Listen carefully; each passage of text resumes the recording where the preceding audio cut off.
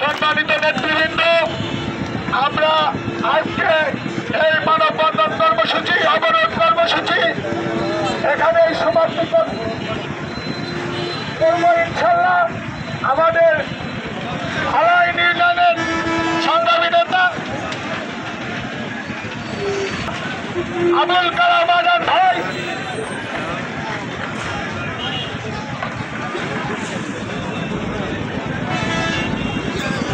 নির্দেশে আমরা মান্দা উপজেলা বিএনপি অঙ্গ সংগঠন আমরা সকলে ঐক্যবদ্ধ থাকবো।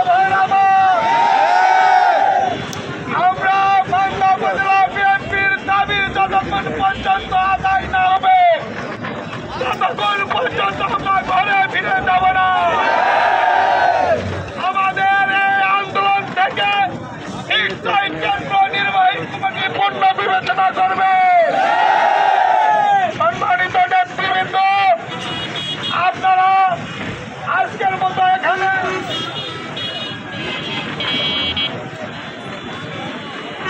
এবং মান্দা উপজেলা বিএনপির সম্মানিত দপ্তর সম্পাদক, আমরা এই প্রোগ্রাম শেষে আমাদের প্রান্তীয় নেতা এম এ মজিদ তার অফিসে বিজয়পুর মোড়ে অবস্থান করছে। আমরা সকলে ওখানে একযোগে দেখা সাক্ষাৎ করে বাসায় ফিরব। তার পূর্বেই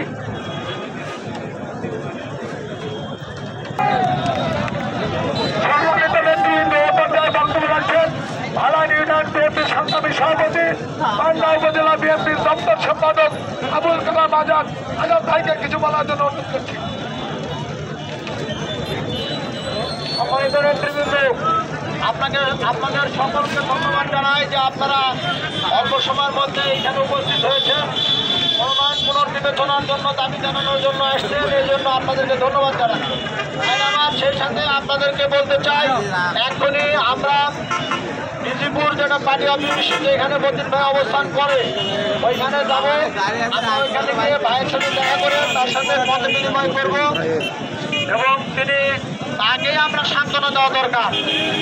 আমরা কি মনে করেন এবং আগামীকাল বা কর্মসূচি থাকে, যদি সম্ভাব্য একটা কর্মসূচি আছে, আমাদের শামসুল আলম প্রামাণিকের খবর জিয়ারতের একটা কর্মসূচি ছিল, সেইটা আকাশের আবহাওয়ার কারণে, বৈরী আবহাওয়ার কারণে স্থগিত ছিল।